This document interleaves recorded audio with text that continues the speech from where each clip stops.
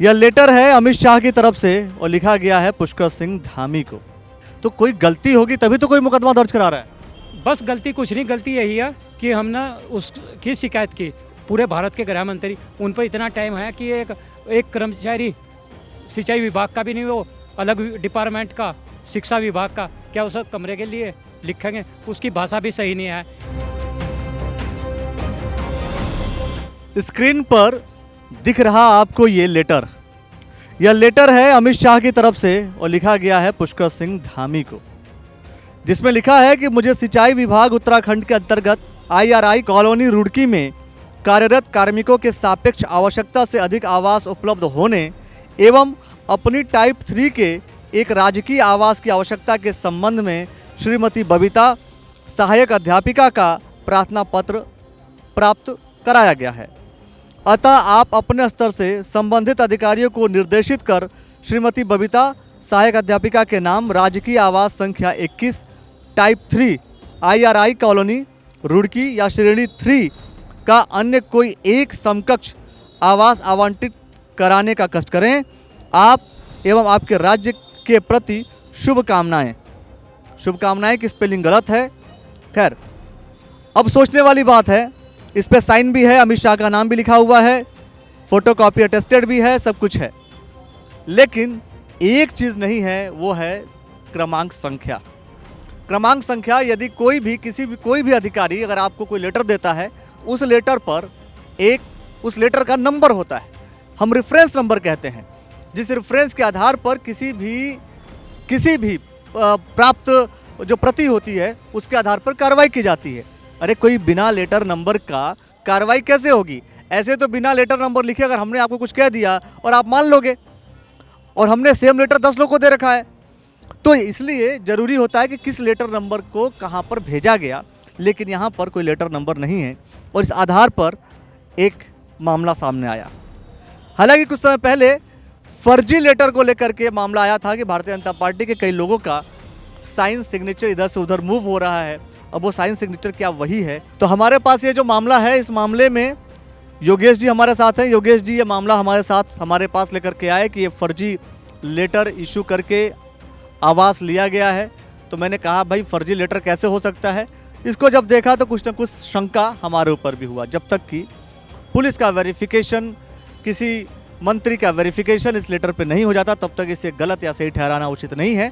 लेकिन लेटर का जो प्रारूप होता है, अमित शाह के लेटर हेड का अगर आप प्रारूप देखेंगे तो आपको थोड़ा सा डिफरेंट देखने को मिलेगा। योगेश जी, ये मामला लेकर के आए, मामला क्या है आप कुछ बताएंगे? आप मामला है जी सिंचाई विभाग में कमरे के लिए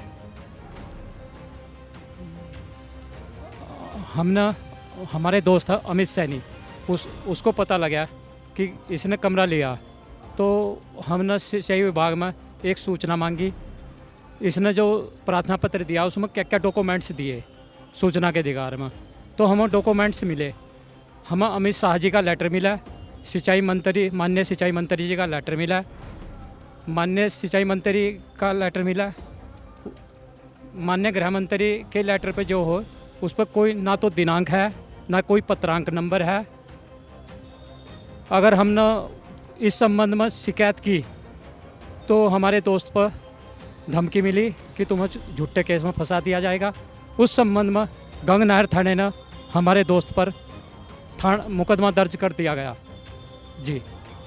आपके दोस्त के ऊपर मुकदमा दर्ज किया जा हो चुका जी। मुकदमा दर्ज होने के पीछे की वजह क्या बताएगी कि क्या कारण है जिस वजह से मुकदमा दर्ज किया गया? कारण ये रहा कि हमारे पर दबाव बनाया जा रहा है कि इसकी छानबीन न कराई जाए इस लेटर की। हमने ये लेटर गृह मंत्री को ऊपर अगर आपके ऊपर कोई मुकदमा दर्ज करा रहा है तो कोई गलती होगी तभी तो कोई मुकदमा दर्ज करा रहा है। बस गलती कुछ नहीं, गलती यही है कि हमने उसकी शिकायत की। उसका अपना निजी मकान है सलेमपुर के अंदर, वो कोई सिंचाई विभाग में कर्मचारी नहीं।